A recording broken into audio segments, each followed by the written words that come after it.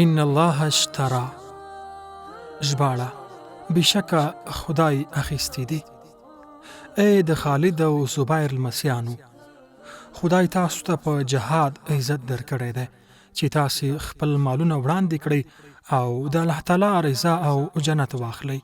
نو خپل مالونه ښه وړاندې کړئ، خپلې تورې تیرې کړئ او په خپلو نیتونو کې له خدای جل جلاله سره مخلص واوسئ. رسول الله صلی الله علیه وسلم غوښتل چې جګړه وکړي او ووژل شي، بیا جګړه وکړي او ووژل شي. الله جل جلاله په هغه څه کې دی چې تاسو یې ورته وړاندې کوئ. ستاسو هغه ځانونه درنه اخلي چې د الله جل جلاله او رسول الله صلی الله علیه وسلم او دغه د ملګرو ابو عماره، سعد او خالد رضی الله عنهم د لیدو شوق لري.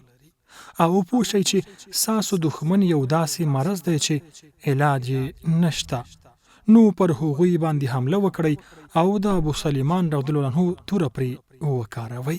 نو مونږه د خیبر د رب جل جلاله په نوم شروع کوو او په ذوالفقار توره برید کوو.